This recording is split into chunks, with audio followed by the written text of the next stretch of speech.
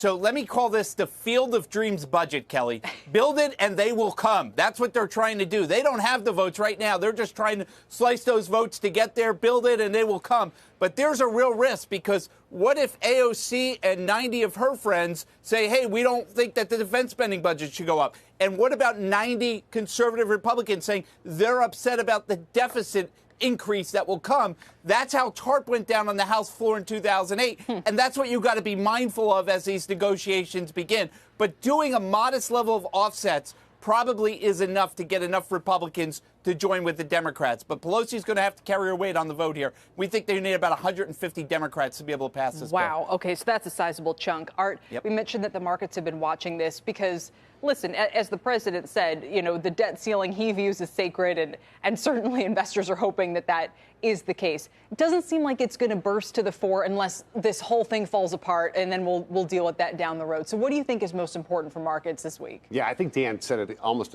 exactly correct. I think when you think about the endangered species that is that deficit hawk, they're too hard to find, and neither side of the aisle really is paying much attention to that at this juncture. Do you consider yourself a deficit hawk? At some juncture, it makes sense. Right? This is the only time we hold our government accountable for how much they spend, and they have to balance their books. And every year it sneaks up on them again, and here we are. And you're right. I think when you started the top, you said the market's going to look at it and say, not again. Do we always have to go through this at some point in time? But I think the market is paying much less attention to that than they're paying to things like the Fed, what the Fed's going to do at the end of the month, how earnings are coming in, and they seem to be better than expected so far, and where we stand on U.S. and China trade. And just one more thing on this before we move on. Even though we all shake our heads and go, not this fight again, there's a fight for a reason, right? If we didn't set up these barriers, there would be no barriers to the debt levels growing, to the deficits growing, and so forth.